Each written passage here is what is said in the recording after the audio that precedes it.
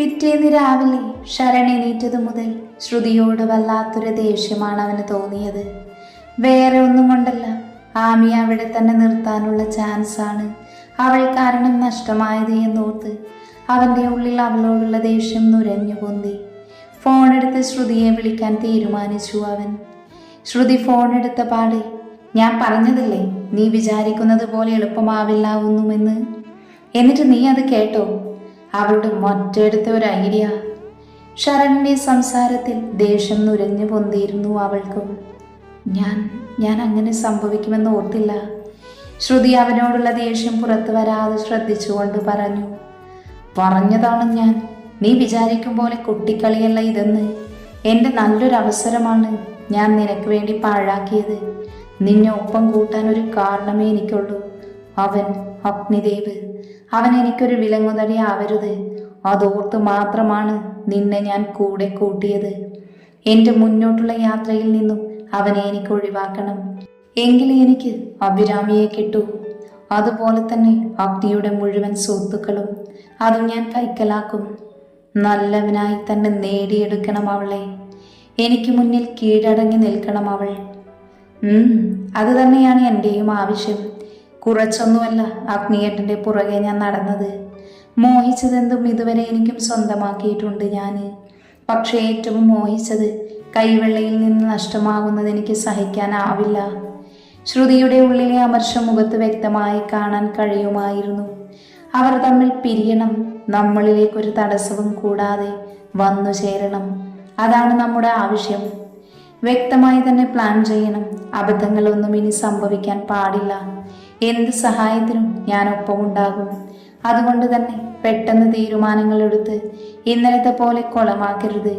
അവനെ പൂട്ടണം. അതിന് നല്ലൊരു പ്ലാനിങ് വേണം. എന്നാലേ അതിന് കഴിയൂ. കാരണം അവൻ ചെകുത്താനാണ്. അവനെ തളർത്തണമെങ്കിൽ നമ്മൾ കുറച്ച് കഷ്ടപ്പെടേണ്ടി വരും. അധികം പരീക്ഷണങ്ങൾക്ക് മുതിരണ്ട. ഒരൊറ്റ ശ്രമം അത് വിജയകരമായി നടത്തിയ അത് മതി. അതാണ് നമുക്ക് നല്ലത്. ഞാൻ വിളിക്കാം. എന്തായാലും പെട്ടെന്ന് ചെയ്യാം. അധികം കാത്തിരിക്കാൻ വയ്യെനിക്ക്. എന്തെങ്കിലും ഉണ്ടെങ്കിൽ വിളിക്ക്. അതും പറഞ്ഞ് ഫോൺ വയ്ക്കുമ്പോൾ അവർക്കുള്ളിൽ വല്ലാത്തൊരു ആത്മവിശ്വാസം നിറയുന്നുണ്ടായിരുന്നു. ആഗ്രഹിച്ചതെന്തോ നേടിയെടുക്കുമെന്നുള്ളൊരു ഉറപ്പ്. ഇതേ സമയം വീട്ടിൽ പണ്ട് നടന്ന കാര്യമൊക്കെ എന്തിനാ അമ്മ പോയി പറയണേ? ചുമ്മാ മനുഷ്യന് നാണം കെടുത്താനായിട്ട്. അനുവാകെ കലിപ്പിലാണ്. അനുവിൻ്റെ കുട്ടിക്കാലത്തെ ആർക്കും കേൾക്കാൻ കൊള്ളാത്ത കഥകളുടെ കെട്ടഴിക്കുകയാണ് ആമയുടെ മുൻപിൽ ശാലിനി. നീ പോടി, ഞാൻ പറയും. മോൾക്കറിയുവോ, പണ്ട് ആക്രി പെറുക്കാൻ വന്ന പാണ്ഡികൾ കൈകളിലിരുന്ന് മണികുലുക്കി കാണിച്ചപ്പോൾ അവൾ പുറകെ പോയവളായിവൾ. അതിൽ പിന്നെ പേടിയായിരുന്നു ആരെങ്കിലും വന്ന് വിളിച്ച ആ വഴി പോകുമോ എന്ന്. ലാസ്റ്റ് അന്ന് ഇവരുടെ അച്ഛന് നിറയെ മണിയുള്ള പാദസരം വാങ്ങി കാലിൽ ഇട്ടുകൊടുത്തു, ഓടിപ്പോയ കണ്ടുപിടിക്കാനായിട്ട്. അതും പറഞ്ഞു ശാലിനി പൊട്ടിച്ചിരിച്ചു. അയ്യോ, അന്ന് അവരുടെ കൂടെ പോയിരുന്നേന് ഇവള് ഇന്ന് ആക്രിപറിക്ക് നടന്നേനെ അല്ലേ അമ്മേ? ആമ അത് പറഞ്ഞു ചിരിച്ചു. ദേ വേണ്ട കേട്ടോ, രണ്ടുകൂടി എന്നെ കളിയാക്കണ്ടേ. ഇപ്പോഴും ആ സ്വഭാവത്തിന് കുറവില്ല. ആരെയും വല്ലോം തിന്നാൻ കാണിച്ചു വിളിച്ചാലേ അവൾ ആ വഴി പോകും. അമ്മേ, അനു വീണ്ടും ദേഷ്യത്തിൽ വിളിച്ചു. ഞാനെന്തോ കൊച്ചുകുട്ടിയോ? ഈ കഥ പറഞ്ഞ് എന്നെ നാണം കൊടുക്കുന്ന കണ്ട ഞാനിപ്പോ പാർസൽ ഇടാത്തേ. അഭിയേച്ചിക്ക് അറിയുമോ, ഞാനത് ബഹിഷ്കരിച്ചു. ഇവൾക്ക് വട്ടാമോളെ, വാങ്ങിക്കൊടുക്കാന്ന് പറഞ്ഞാലും ഇപ്പോൾ അവൾക്ക് വേണ്ടാന്ന്. എനിക്ക് വേണ്ടമ്മ. അമ്മയുടെ മരുമോൾക്ക് വാങ്ങിക്കൊടുക്ക്. എൻ്റെ മോളുടെ കാലിലുണ്ട്, അല്ല ഞാൻ കൊടുത്തേനെ. നീ പോടി കുശുമ്പി. ശാലിനി അനുവിൻ്റെ തലയിലൊന്ന് കൊട്ടി വീണ്ടും പച്ചക്കറി അറിയാൻ തുടങ്ങി. എന്നിട്ട് എവിടെ? കാലിലില്ലല്ലോ. ആമയുടെ കാലിലേക്ക് നോക്കി അനു പറഞ്ഞു. അപ്പോഴാണ് ശാലിനിയും അത് ശ്രദ്ധിക്കുന്നത്. അഴിച്ചു വെച്ചോ മോളെ? അതുള്ളത് നല്ല ഭംഗിയായിരുന്നു. അതമ്മേ, അഴിച്ചതല്ല. കഴിഞ്ഞ ദിവസം നോക്കിയപ്പോൾ ഒരെണ്ണം കാണുന്നില്ല. അതുകൊണ്ട് മറ്റേതും അഴിച്ചു മാറ്റിയതാ. അയ്യോ, കളഞ്ഞുപോയോ? പൊട്ടിയതും മറ്റോ ആവും. മോള് നോക്കിയോ എല്ലായിടത്തും? അപ്പോൾ തന്നെ പറയണ്ടേ, നമുക്ക് നോക്കായിരുന്നല്ലോ. ഞാൻ നോക്കിയതാ അമ്മേ, കണ്ടില്ല. എവിടെ പോയതാന്നൊരു എത്തും പിടിയും എനിക്ക് കിട്ടിയില്ല. പോട്ടെ, സാരമില്ല, നമുക്ക് പുതിയതൊന്ന് വാങ്ങാം. ഏയ്, ഇപ്പൊ വേണ്ടമ്മേ, പിന്നെ ആവട്ടെ. പതിയെ എന്നാൽ നമുക്ക് വാങ്ങാം. എന്നാലും ഇവിടെ പോയിട്ടുണ്ടെങ്കിലേ ഇവിടെ എവിടെയെങ്കിലും ഇരിക്കൂലേ? ഇല്ലേ, കണവനോട് പറ പുതിയതൊരെണ്ണം വാങ്ങാൻ. അന്ന് ചിരിച്ചുകൊണ്ട് പറഞ്ഞതും ആമിയും അമ്മയും അവളെ കണ്ണുരുട്ടി നോക്കി. ഓ വേണ്ടേ വേണ്ട. അപ്പോഴാണ് മുറ്റത്തൊരു കാറ് വന്ന് നിന്നത്. ശ്രുതിയായിരുന്നു. അവൾ രാവിലെ ഒന്ന് പുറത്തു പോയതായിരുന്നു. നേരെ വീടിനുള്ളിലേക്ക് കയറി വന്നവൾ മുകളിലേക്ക് പോയി. ഇതെന്താ സത്രവോ? വരുന്നു പോകുന്നു. ഇതുങ്ങൾക്ക് വീട്ടിൽ പോകാൻ പ്ലാനൊന്നുമില്ലേ അമ്മേ? അനു അരിഞ്ഞു വെച്ച ക്യാറ്റിൽ ഒരെണ്ണം എടുത്ത് വായിലിട്ടു. മിണ്ടാതിരിക്കു പെണ്ണേ. അവർ നമ്മുടെ വീട്ടിൽ നിൽക്കുന്നത് പറഞ്ഞ് നമ്മുടെ ഇഷ്ടത്തിന് ജീവിക്കാൻ പറ്റുമോ? അവരെങ്ങാനും കേട്ടാൽ എന്ത് കരുതും? നോക്കിനെല്ലില്ലെന്ന് പെണ്ണിന്. ശാലിനി ഒന്നുകൂടെ അവൾ കയ്യിലടിച്ചു. ഇതെന്ത് കഷ്ടമാ, ഞാൻ എന്ത് പറഞ്ഞാലും തല്ല് മാത്രം. പോവുക, അമ്മയും മോളുടെയും എന്താന്ന് വെച്ചാൽ വായിക്കോ. ദേഷ്യപ്പെട്ട് 2 കഷ്ണം ക്യാറ്റ് കൂടി വായിലിട്ടനു ചവിട്ടിത്തുള്ളി പുറത്തേക്ക് പോയി. കള്ളി പണിയെടുക്കാണ്ടിരിക്കാനേ മുങ്ങിയതാ. ശാലിനി ചിരിച്ചുകൊണ്ട് പറഞ്ഞപ്പോൾ ആമയും ആ ചിരിയിൽ പങ്കുചേർന്നു. ഇതേ സമയം ഓഫീസിൽ അഗ്നിയുടെ ക്യാബിനിൽ ഒത്തുകൂടിയതാണ് അഗ്നിയും വിച്ചുവും ശിവയും. നേരാ, ഞാനും ഒരു പൊട്ടിത്തെറി പ്രതീക്ഷിച്ചതാ. കഴിഞ്ഞ ദിവസത്തെ ഇൻസിഡന്റ് എന്തായാലും ശരന്റെ പ്ലാൻ അല്ല. അവൻ ഇത്ര ലോക്കൽ ഐഡിയയുമായി വരില്ല. അത് നമ്മുടെ ഐശ്വര്യ റോയുടെ ഐഡിയ തന്നെ, അതെനിക്ക് ഉറപ്പാന്നേ. ശിവയും അത് തന്നെ ഉറപ്പിച്ചു. ശരന്റെ വരവിൽ വല്ലാതെ നമ്മൾ പ്രതീക്ഷ വെച്ചോ? ഒരു എതിരാളി എന്ന നിലയിൽ അവൻ നമ്മളെ നിരാശപ്പെടുത്തുവോ ആവോ? നീ എന്താ അഗ്നിയൊന്നും മിണ്ടാത്തേ? അങ്ങനെ പരാജയം സമ്മതിച്ചു തരുന്നവനാണ് അവനെന്ന് നിനക്ക് തോന്നുന്നുണ്ടോ? അവൻ ആഗ്രഹിച്ചത് നേടാൻ എന്തെന്നറിയ പണിയും കാണിക്കും, അതെനിക്ക് ഉറപ്പുണ്ട്. പിന്നെ ഈ ലാഗ്, അത് നമ്മൾ പ്രതീക്ഷിക്കാത്ത സമയത്ത് നമുക്കൊരു പണി തരാനാണെങ്കിലോ? അത് നീ പറഞ്ഞത് നേരാ. നിങ്ങളുടെ 2 പേരുടെയും കണ്ണുകൾ അവനിൽ എപ്പോഴും വേണം. അഗ്നി ഗൗരവത്തോടെ പറഞ്ഞു. അതിന് വിച്ചുവിനെ വിഴി നിന്ന നേരം അവന്റെ കണ്ണ് വേറെ പലയിടത്തുമല്ലേ? ശിവ അർത്ഥം വെച്ചൊന്ന് പറഞ്ഞു. ആ സമയം വിച്ചുവിന്റെ മുഖത്തൊരു പതർച്ച വ്യക്തമാണ്. അതെനിക്കറിയാം. അതുകൊണ്ട് പൊന്നുമോനെ, എൻ്റെ ഒരു കയ്യകലം നിൽക്കുന്നതാവും നിനക്ക് നല്ലത്. എടാ അളിയ, അഗ്നി അത്... അവൻ തപ്പി തടഞ്ഞു. അല്ല, നീ ഏതർത്ഥത്തിൽ എന്നെ അളിയാന്ന് വിളിക്കുന്നത്? നീ എന്നാ ഇങ്ങനെയൊക്കെ ചോദിക്കുന്നേ? അവൻ്റെ പെങ്ങളെയില്ല നീ കെട്ടിയേ? നീ മിണ്ടാതിരിക്കെ ശിവ, അവൻ പറയട്ടെ. ഞാൻ അവൻ്റെ പെങ്ങളെ കെട്ടിയേ കൊണ്ടോ അതോ അവൻ എൻ്റെ പെങ്ങളെ കെട്ടാൻ പോകുന്നത് കൊണ്ടോ? വിച്ചു ഒരു നിമിഷം കണ്ണുകൾ ഇറുക്കിയാട് ശബ്ദം വിട്ടു.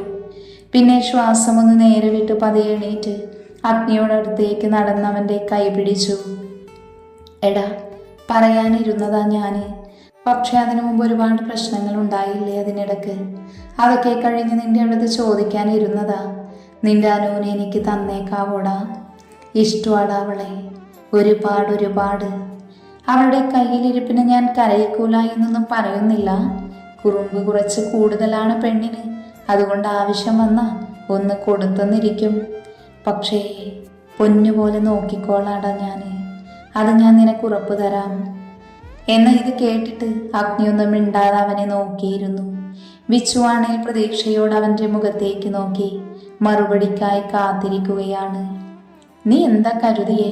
എനിക്ക് മനസ്സിലാവില്ല എന്നോ? എത്ര നാളായടാ നീ എൻ്റെ കൂടെ നടക്കാൻ തുടങ്ങിയിട്ട്? അവൻ്റെ മുഖത്ത് ഗൗരവം തന്നെ മുന്നിട്ട് നിന്നു. എടാ അഗ്നി, അങ്ങനെയല്ല. സത്യായും വേറൊന്നും ഞാൻ ഓർത്തില്ല. അധികമായില്ലടാ, കുറച്ചായതേ ഉള്ളൂ. അല്ലാതെ ഞാൻ നിന്നോട് മനഃപൂർവ്വം പറയാതെ മറച്ചു വെക്കുമെന്ന് തോന്നുന്നുണ്ടോ നിനക്ക്? വിച്ചു ദയനീയമായി പറഞ്ഞു. ഹടഭാവി, എന്നെ ഒരുത്തനാടാ നീ? ഒരു വാക്ക് പറഞ്ഞു നാറി. ശിവയും അവൻ്റെ മുതുക് നോക്കിയൊന്ന് കൊടുത്തുകൊണ്ട് പറഞ്ഞു. പൊന്നി. ഞാൻ കൂടുതലൊന്നും പറയുന്നില്ല. എന്നാൽ എൻ്റെ അളിയൻ പോയാട്ടെ പോയി. വീട് പറ്റ്, എനിക്കും വീട്ടിൽ പോവണം. അതും പറഞ്ഞുകൊണ്ട് അഗ്നി എണീറ്റ് വിച്ചുവിനോട് വേറെ ഒന്നും പറഞ്ഞില്ല. എടാ, അപ്പൊ നിനക്ക് സമ്മതമാണോ? അഗ്നി വിച്ചുവിനെ ഒന്ന് നോക്കി, എന്നിട്ട് പറഞ്ഞു തുടങ്ങി. നിനക്ക് അവളെ തന്നില്ലെങ്കിൽ പിന്നെ ആർക്കാടാ ഞാൻ അവളെ കൊടുക്കുക? നിന്നേക്കാൾ നന്നായി ആരാ അവളെ നോക്കുന്നേ? പിന്നെ ഇതൊന്നും ഇപ്പൊ അവളോട് പറയാൻ നിൽക്കണ്ട. ഈ പ്രശ്നമെല്ലാം ഒന്ന് ഒതുങ്ങട്ടെ. നീ മുത്താണടാ അഗ്നി. വിച്ചു അഗ്നിയെ ഇറുക്കെ പുണർന്ന് കവിളിൽ അമർത്തി ഉമ്മ വെച്ചു. വിടടാ, അയ്യേ കശ്മലന്മാര്, ഞാൻ പോവുക. അളിയനും കൂടെ ഇവിടെ ഉമ്മ വെച്ച് കളിച്ചോ. ശിവപതി അവരോട് യാത്ര പറഞ്ഞിറങ്ങി. അവൻ പോയതിൻ്റെ ബാക്കിൽ വിച്ചുവും അഗ്നിയും പോയി.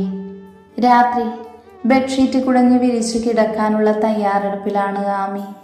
ലാപ്പിൽ എന്തൊക്കെയോ അവസാനഘട്ട പണിയിലാണ് അഗ്നി. വർക്ക് കഴിഞ്ഞതും അവൻ പതിയെ നടന്നു വന്ന് ബെഡിലേക്കിരുന്നു. ഡീ, ഇവിടെ വാ. എന്താ ദേവേട്ടാ? എന്താ നിനക്ക് ഇത്ര ജാടാ? 2 ദിവസമായിട്ടൊരു മൈൻഡില്ലല്ലോ. എന്ത് മൈൻഡില്ലെന്ന്? എന്തൊക്കെയാ ദേവേട്ടൻ പറയുന്നേ? ആ, വേണ്ട രീതിയിൽ എന്നെ ശ്രദ്ധിക്കുന്നില്ലെന്ന്. അവൾ അവനെ സംശയത്തോടെ നോക്കി. വെറുതെ ഓരോന്ന് പറയുക. പോയി, ഞാൻ കിടക്കാൻ പോവുക. ആ, എന്നാ പോയി കിടക്ക്. മോഹിച്ച് ഞാൻ വാങ്ങിക്കൊണ്ട് വന്നത് വല്ലവർക്കും കൊണ്ടുപോയി കൊടുക്കാം. അയ്യോ, എന്താ കൊണ്ടുവന്നേ? കാണിച്ചേ. അവളുടെ കണ്ണുകളിൽ ആകാംക്ഷയായിരുന്നു. എന്താണ് തനിക്ക് വേണ്ടി കൊണ്ടുവന്നിട്ടുണ്ടാവുക എന്നോർത്ത്. അവൻ പതിയെ ഡ്രോയറുടെ ഉള്ളിൽ നിന്നും ഒരു ബോക്സ് എടുത്ത് അതിൽ നിന്നും 2 സ്വർണ്ണ പാദസരം പുറത്തെടുത്തു. അത് കണ്ട നിമിഷം ആമയുടെ മുഖം പുഞ്ചിരിയോടെ തെളിഞ്ഞു വന്നു. അവളുടെ മുഖം അവനോട് പറഞ്ഞു അത് അവൾക്ക് എത്രത്തോളം ഇഷ്ടമായെന്ന്. പതിയെ നിലത്തേക്ക് മുട്ടുകുത്തിയിരുന്നു അഗ്നി. അവളുടെ പാദങ്ങളെടുത്ത് മടിയിലേക്ക് വെച്ചു. 2 കാലിലും പാദസരം ഇട്ടുകൊടുത്തു.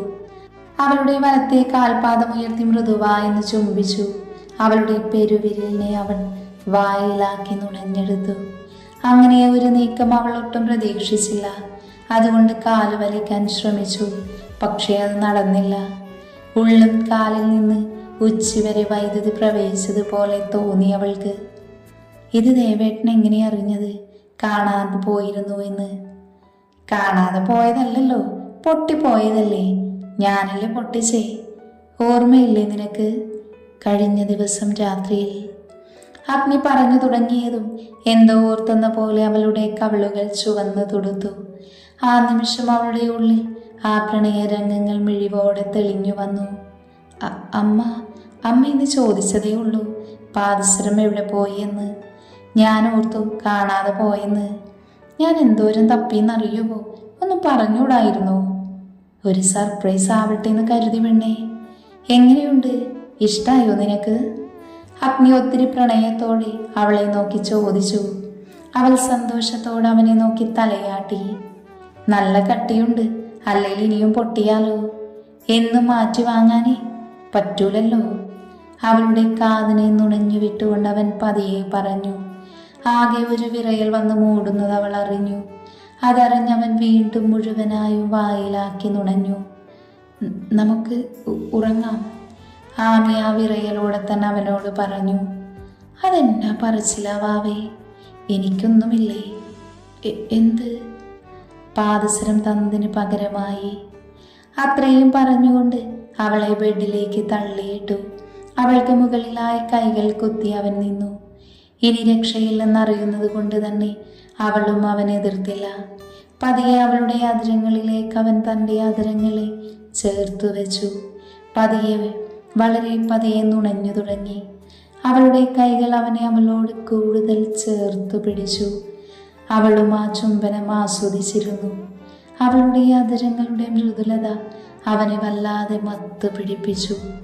അവൻ ആ നിമിഷം അവൻ്റെ ചുംബനത്തിൻ്റെ തീവ്രത കൂട്ടിക്കൊണ്ടിരുന്നു എന്ന് വേണം പറയാൻ.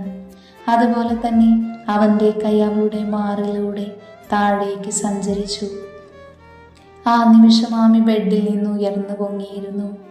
പക്ഷേ അതിന് സമ്മതിക്കാതെ അഗ്നി അവളെ അമർത്തി പിടിച്ചു. മേൽചുണ്ടും കീഴ്ചുണ്ടും അവൻ മാറി മാറി നുണഞ്ഞു. 2 പേരുടെ ശരീരവും വിയർക്കാൻ തുടങ്ങി. അഗ്നിക്ക് അവൻ്റെ വികാരം കൈവിട്ടു പോയി തുടങ്ങിയിരുന്നു. അത് ആമിക്ക് മനസ്സിലാകുകയും ചെയ്തു. അവനിലെ പുരുഷൻ അവളുടെ കാലിൽ തുളഞ്ഞു കയറി. ആമയ്ക്ക് വല്ലാത്തൊരു പരവേശവും വേദനയും തോന്നി. അത്രത്തോളം ശക്തി ഉണ്ടായിരുന്നു. അപ്പോൾ അവളുടെ മൊബൈലിലേക്ക് ഒരു നമ്പറിൽ നിന്ന് മെസ്സേജുകൾ വന്നുകൊണ്ടിരുന്നു. പക്ഷേ ആ നിമിഷം അവൾ അതൊന്നും അറിഞ്ഞിരുന്നില്ല. പ്രതീക്ഷിക്കാത്ത പലതും ഇനി തങ്ങളുടെ ജീവിതത്തിൽ നടക്കുമെന്നറിയാതെ അവർ 2 പേരും ആ നിമിഷം ഒരുപാട് ആസ്വദിച്ചു. കുറച്ച് നിമിഷങ്ങൾക്ക് ശേഷം ഇനിയും നിർത്തിയില്ലെങ്കിൽ പെണ്ണിനെ മൊത്തത്തിൽ ഞാൻ രുചിച്ചു പോകുമെന്ന് തോന്നിയ അഗ്നി അവളിൽ നിന്ന് ബെഡിലേക്ക് കിടന്നു.